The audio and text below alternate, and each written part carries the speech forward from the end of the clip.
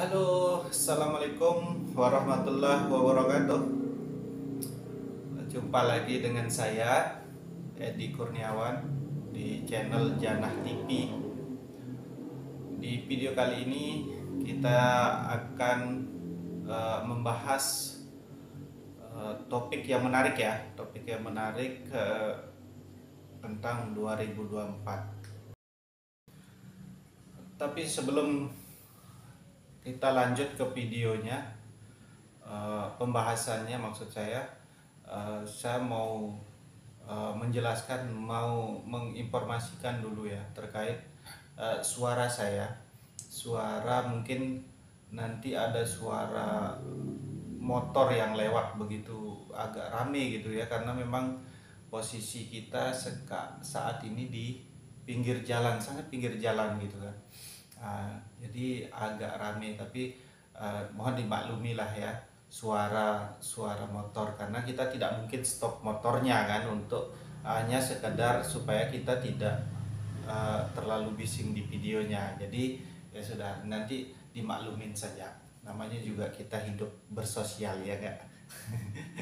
Jadi tidak bisa lepas lah gitu, apalagi kita yang rumahnya atau tinggalnya di pinggir jalan. Baiklah, kembali lagi ke pembahasannya ya. Bicara 2024, calon presiden 2024 maksud saya, ini selalu menjadi menarik untuk dibahas. Tapi ada hal yang mungkin kita harus lihat juga, karena tidak se tidak ter, tidak apa ya namanya, tidak lalu kemudian pengaruh Bapak Anies Baswedan, Bapak Anies Baswedan selalu yang menjadi faktor utama. Nah, memang ketokohan itu memang tidak bisa dipungkiri ya, tidak bisa dipungkiri. Masyarakat lebih condong melihat tokohnya seperti tokohnya siapa. Tapi faktor pendukung, faktor koalisi juga saya rasa di sini cukup berpengaruh gitu ya. Jadi di video kali ini saya coba ngebahas di sisi faktor-faktor yang ada, faktor koalisi yang saat ini menjadi koalisinya Partai Nasdem.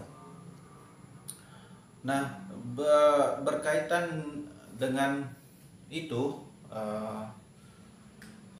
faktor yang saya maksud di sini adalah Partai Demokrat.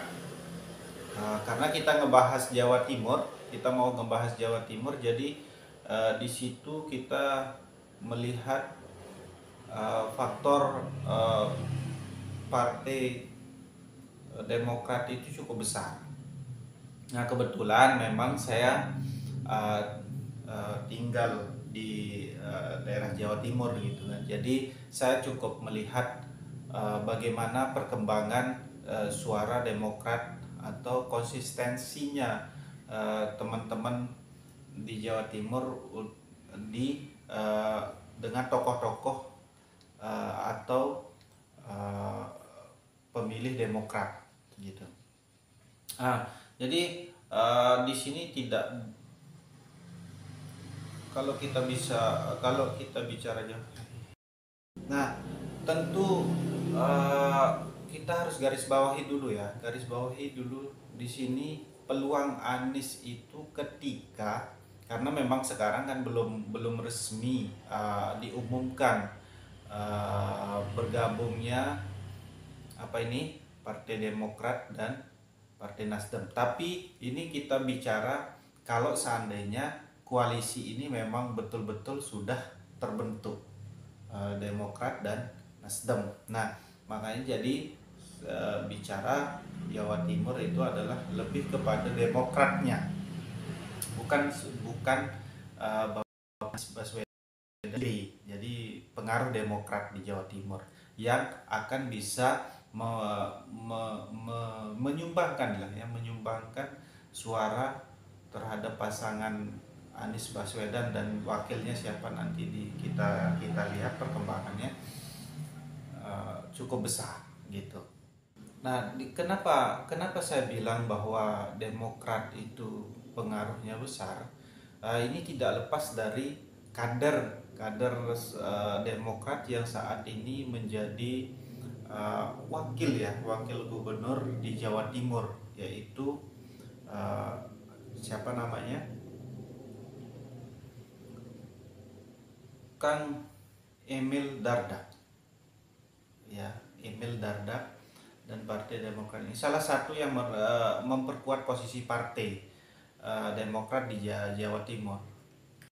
Dan bukan hanya itu ya, jadi Jawa Timur juga tempat kelahirannya Bapak SBY.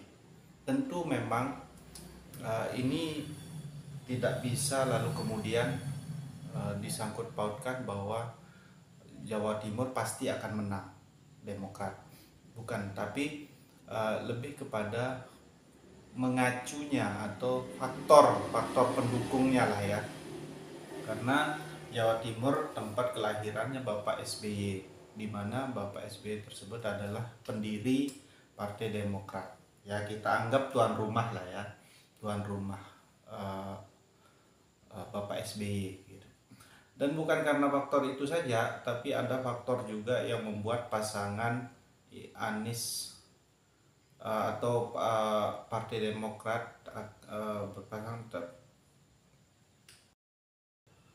Dan bukan karena faktor itu saja, tapi ada faktor lain juga yang membuat seandainya pasangan Bapak Anies Baswedan dan Pak AHY ini bersatu jadi satu pasangan gitu, pasangan calon dan wakil calon presiden. Tapi tentu ini kalau seandainya benar-benar terjadi mereka dipasangkan,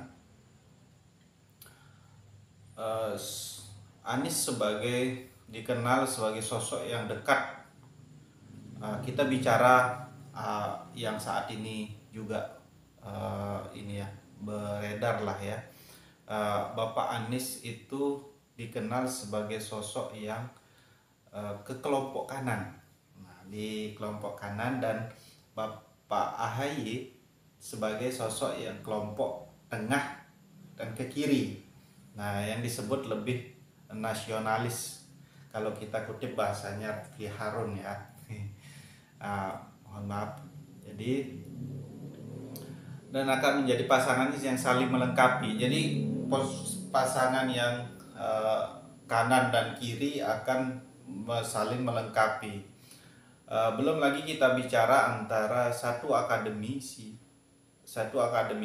dan intelektual dan satunya militer, di latar belakang militer ya maksud saya, yaitu Bapak AHY. Saya rasa ini pasangan yang sangat serasi, dan pasangan ini juga sangat ideal, sama-sama muda, ganteng gitu ya. Tapi mereka sama-sama pintar juga, ya, bukan hanya sekadar muda, ya kan. Kita semua tahu Bapak Anies Baswedan dengan kemampuannya memimpin DKI Jakarta, dan juga Pak AHY tidak kalah.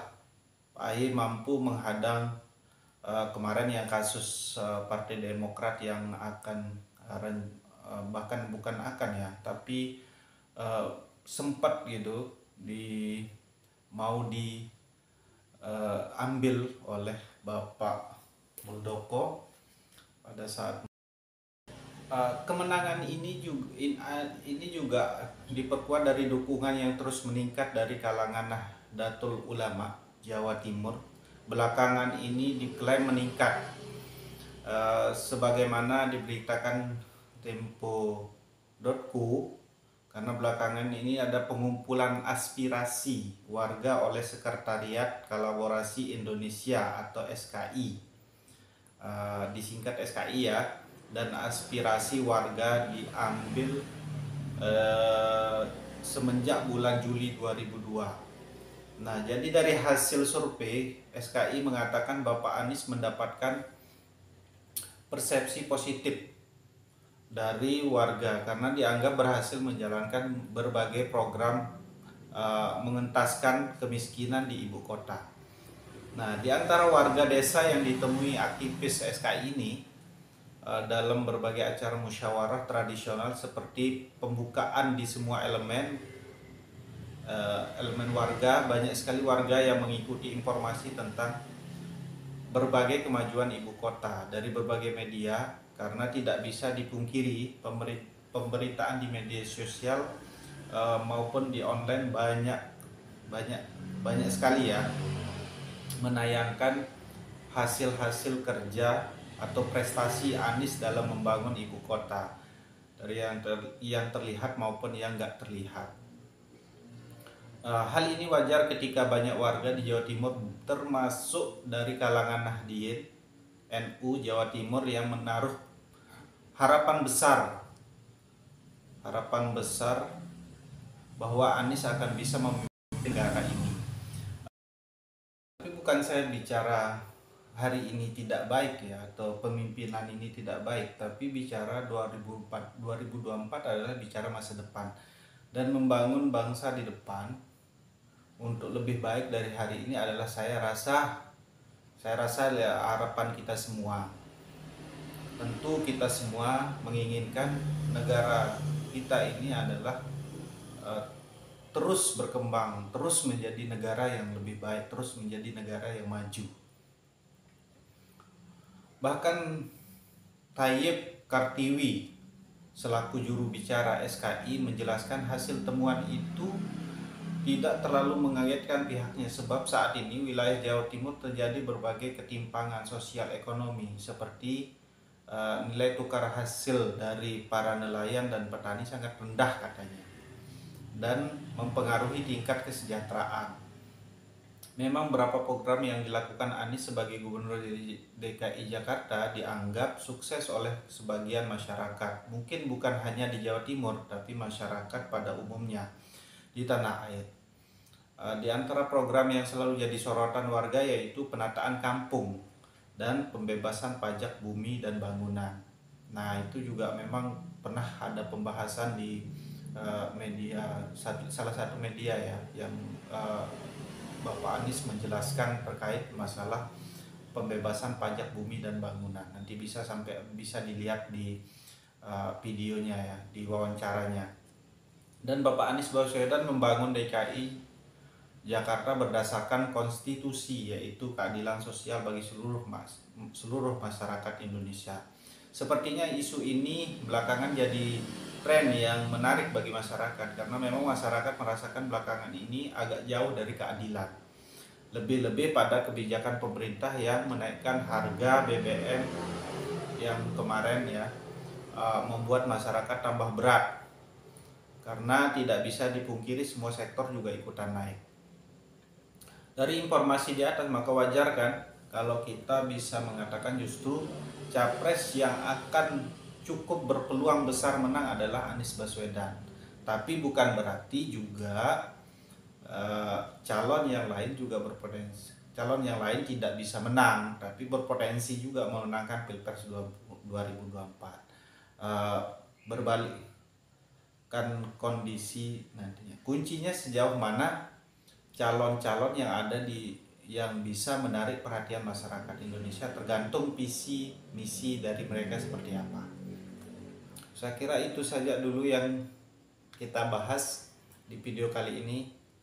Nanti terkait update atau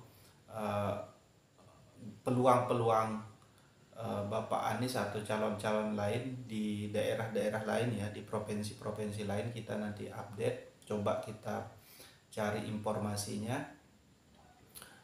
untuk kita update di video di channel ini ya.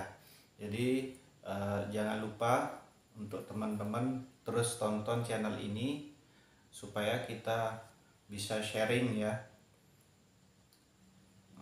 lain karena kita bukan hanya membahas terkait pemilu calon presiden saja, tapi nanti coba kita akan ngebahas juga terkait pilkada yang ada di daerah provinsi atau atau di kabupaten.